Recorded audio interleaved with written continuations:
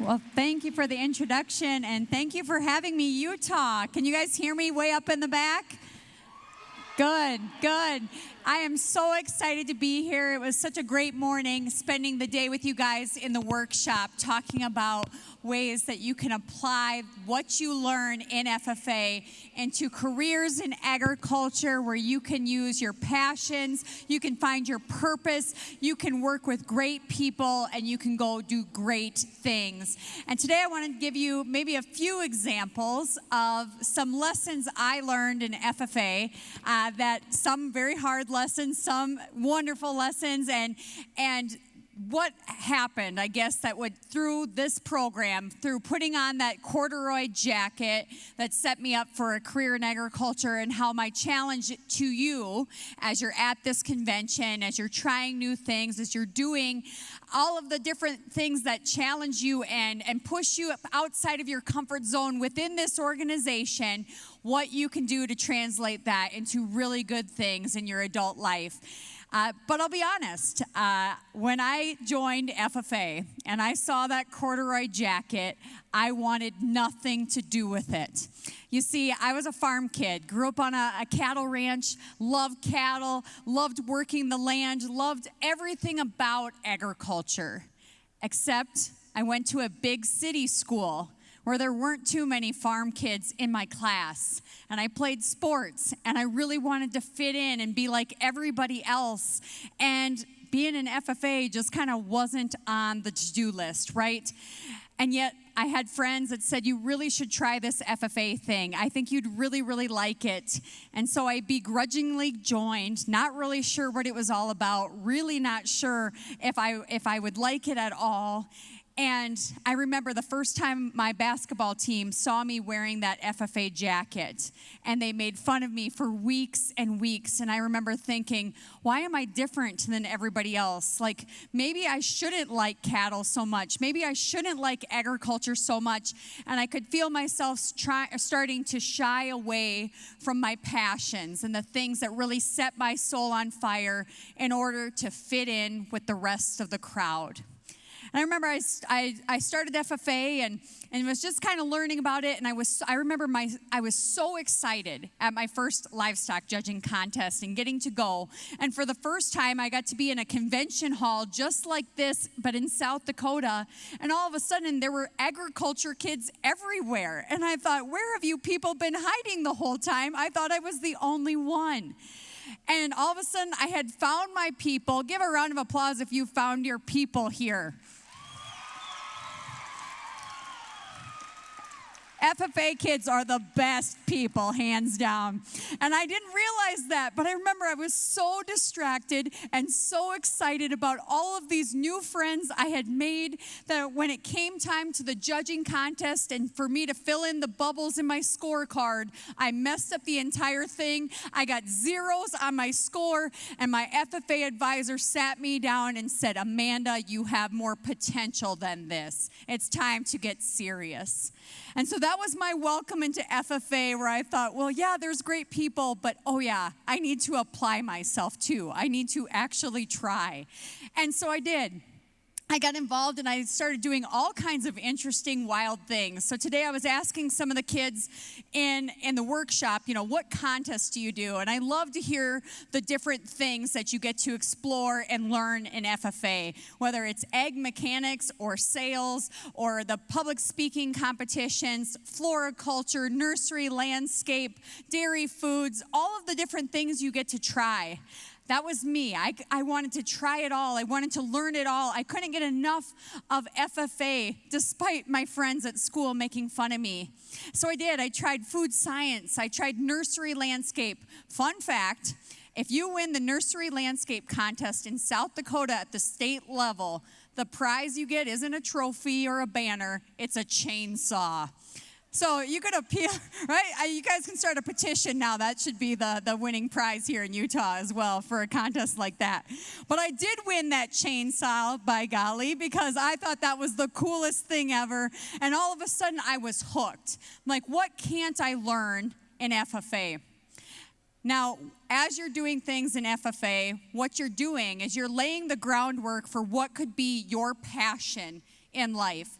You are becoming and have the opportunity through the contests, through the learning opportunities, through the spaces that you get to put yourself in. You get to become an expert in a field that you love and are passionate about. And I'm sure you've heard in your life when your parents or teachers or adults that care about you ask you, what do you want to do when you grow up? What's your dream job? And I always say it's really easy to find your passion. Your passion is the thing that really sets your soul on fire, the thing that when you wake up in the morning, you're just excited to learn more about it. For me, it was always cattle. I couldn't get enough of learning about the beef cattle industry, and so that's what I love to do. But when it comes to extending things outside of your passion quite isn't enough, right? The other thing that FFA gives you the opportunity to do is to apply your passion through practice and purposeful pursuit of becoming really good at what you do. And so that means every day when you wake up, and if there's something that you love to do, how do you get a little bit closer each and every day to that goal, that dream, that business you want to start, that a career path that you want to be on? You practice and you pursue it and you get better with each step. I can give you an example of this. I like to do the speaking contests in FFA, and I remember my FFA advisor took me to the National FFA Convention, and he had me watch the extemporaneous Final Four presentation, or the Final Four competition. And I remember sitting in the front row watching this. I had no idea what that contest even was. If you don't know what it is, you draw 3 topics randomly out of a hat. You get 30 minutes to prepare a presentation, and then you go up on stage and you give that speech in front of the judges. And I remember watching these kids and thinking, man, they sound so perfect. They sound so polished. They sound like they've practiced this speech for months and months. They never say they never mess up. I thought that looked impossible. I remember I sat there sitting next to my advisor and I said, I'll do a lot of different things in FFA, but I will never do that contest. I couldn't do that contest. And he said, well, we'll see. Now, the reason I share you this story is because 3 years later, as I went through my FFA career and I tried different contests and I gained my confidence and I wasn't so scared to be made fun of anymore because I was so excited and proud to be in the FFA, and I leaned into the fact that I loved agriculture and I loved the cattle industry and wanted to learn as much as I could. By the time I was a senior, my advisor finally talked me in to doing the extemporaneous speaking competition. I made it through districts, I made it to state, I made it to nationals, and I advanced all the way to the Final Four. I drew my 3 topics that day, and the one topic I got lucky was about beef cattle, my passion, my love. My soul was on fire. I walked onto that stage. I was able to talk about something I absolutely loved. And before I even walked off that stage, I knew I had won that competition that day. And with tears in my eyes, I hugged my advisor. And I tell you this story for 2 reasons. Not for street cred, like, oh, I won a national competition, because those moments are fleeting, right? You can win something, you can be at the top of the mountain, you can achieve all of these things, but it's what do you learn along the way when you're doing it? I learned 2 very important things that day. I learned, number 1, sometimes in life, there might be a lot of naysayers. There might be a lot of critics in the cheap seats that tell you you can't do something. But you know what the most dangerous critic in your life is? It's the one that looks at you in the mirror every morning. The one that you convince yourself, I can't, I won't, I might fail, I won't try. I challenge you to try and be willing to fail. I challenge you to step outside of your comfort zone and do something you do not think is possible. Because even if you fall flat on your face, even if it's an epic disaster, you learn something along the way. But what? What if you try something that's so big and so bold and so outside of your comfort zone, and you try and you succeed and you are victorious? What that feeling is like and what that does to give you confidence to keep doing more. That's a lesson I learned through that experience. The other thing I learned through that experience is we are the average of the people that we spend our time with. Meaning the advisors, your teachers, your parents, your friends that you are around that are influencing you in your life. They can be your biggest advocates, your biggest cheerleaders, your biggest encouragers, or they can be the naysayers, like my friends on the basketball team, that made me feel little and less than and small and not cool because of the things that made me me. You get to choose the people that you surround yourself with. You get to decide to be that person for somebody else. Are you uplifting? Are you encouraging them? Are you seeing their greatest potential? And when you surround yourself with good people, good things will come and you'll be better together. Now, when you find your passion, you pursue it, you practice it, you do all of the things that you got to do to really chase that thing that sets your soul on fire. It's a great pursuit, right? It's a great avenue. And I love working with kids and mentoring them on how that they can apply the skills that they learn now in high school and then college into something that they really love to do. And when we look at things that how can I get paid to do what I do? How can I find my place in agriculture? What does that look like? It can be kind of scary and big and daunting. Chances are your career in agriculture might not even exist yet. When I was an 18-year-old kid, Facebook was brand new. Blogs were brand new. And that makes me sound really old, I know. But at the end of the day, that's what started my career in agriculture, being able to write and speak and talk about the things I was passionate about. Now, how did I get there? When I was an 18-year-old kid, I had an internship in Washington, D.C.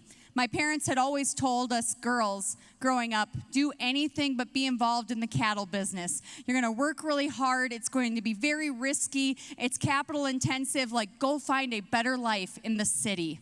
And so I did. In college, I traveled the world. I lived in Argentina and Washington, D.C., and Minneapolis and Denver. I saw the world, and there was nothing quite like home.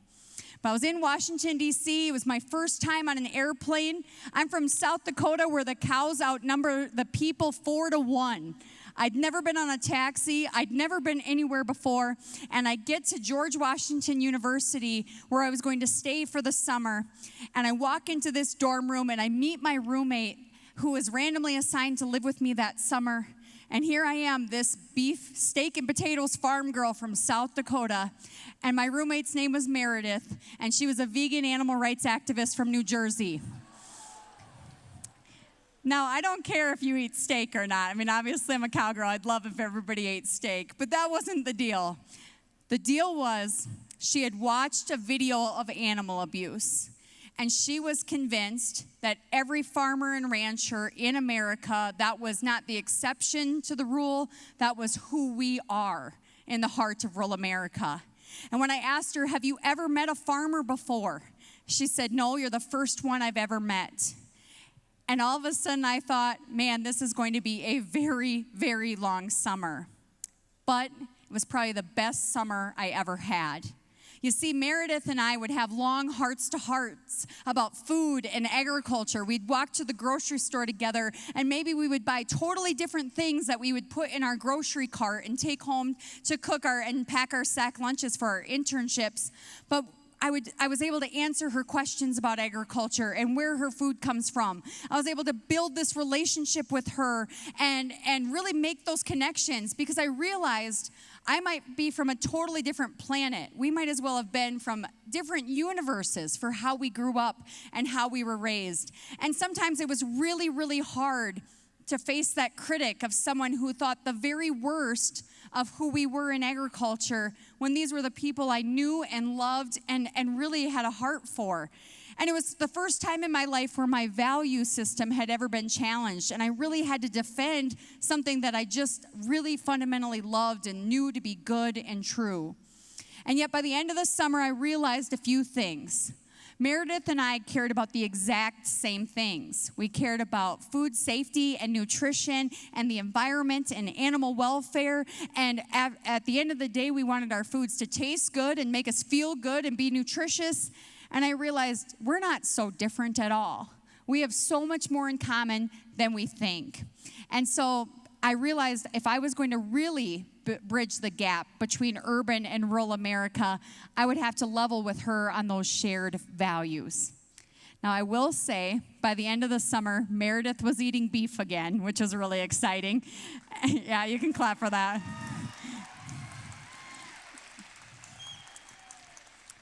And even better than that, she decided farmers and ranchers weren't so bad after all.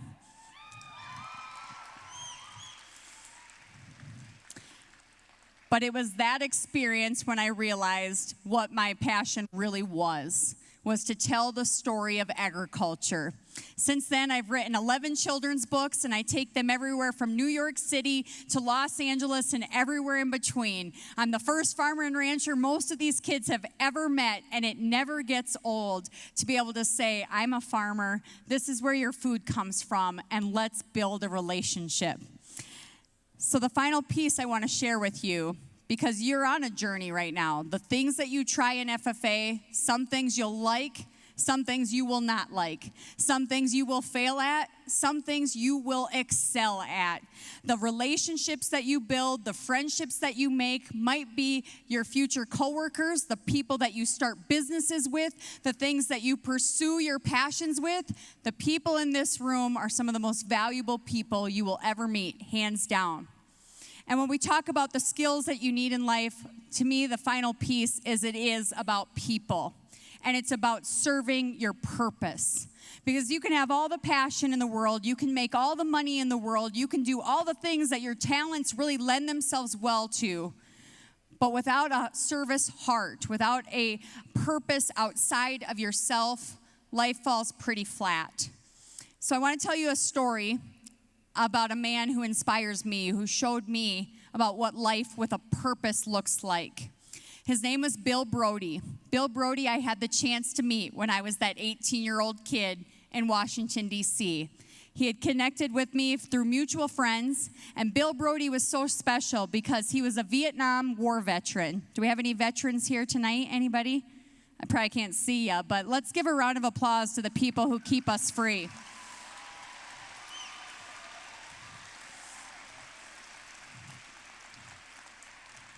We live in the greatest nation in the world, and I'm so proud to be an American, and we could not be in agriculture. We could not be in FFA. We could not pursue our passions and purpose without people who are willing to sacrifice it all to keep us free in this country. Bill Brody was one of those people, a Vietnam veteran, Kansas cowboy, and when he was in the combat zone, he was hit not once but twice in the leg with bullets. When the American helicopters came to pick Bill up, the American helicopter dropped him out of the helicopter back into the jungle, not once, but twice. He landed in an Alaskan hospital where they quickly amputated his leg, and he spent months and months in that hospital trying to recuperate from his injuries. He was given 2 Purple Hearts for his service to our country. Those 2 Purple Hearts were stolen from that man while he laid in that hospital bed.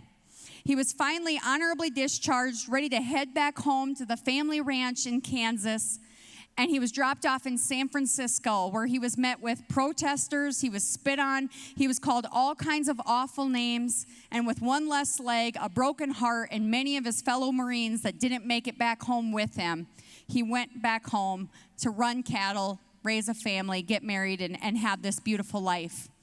However, Bill carried that pain through the rest of his days. And when I met Bill in 2007, when I was that 18-year-old kid, he gave me a call, and he's this gruff cowboy Marine. And he says, "Hey, kid, I need you to help me with something." And you're like, "Well, yes, sir. What do you need?" He says, "Well, I want to start a nonprofit organization. The organization is going to be called the All-American Beef Battalion. And what I want to do is I want to say thanks to the troops so that they never feel the way that I did after my service to this country." And I said, "Well, that sounds amazing. And what can I do to help?" And he said, "Well, I heard you work in the USDA building, and what I need you to do is take my nonprofit application and you get it right to the Secretary of Ag's office, and you make sure it lands on the top of the pile and it doesn't get buried." Well, yes, sir. So that's what I did. I tootled down the hall and I dropped off the paperwork with the Secretary of Ag. But a week later, Bill Brody received his nonprofit application approval. Since 2007, Bill Brody and his team of volunteers have served over 500,000 ribeyes to the troops as a way to say thank you. Yeah.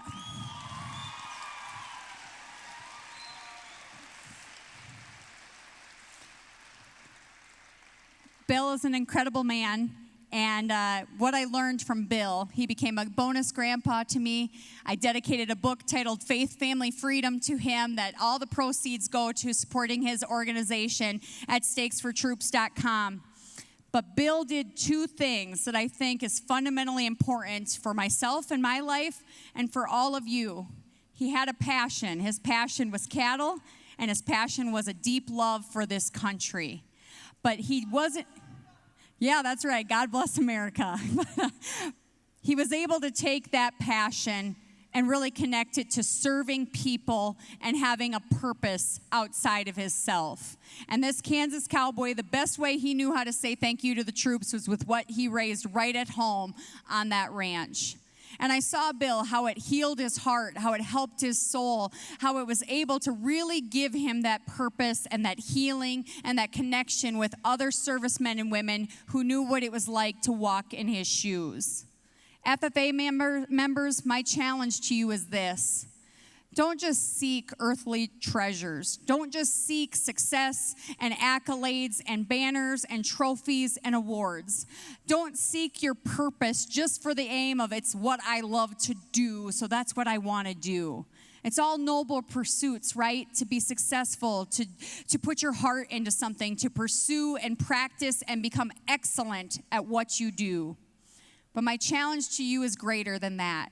My challenge to you is to take that passion, take the unique talents that make you, you, and go apply it to helping people, to making the world a better place, and to having a purpose outside yourself. Thank you so much, FFA members, and have a great rest of your convention.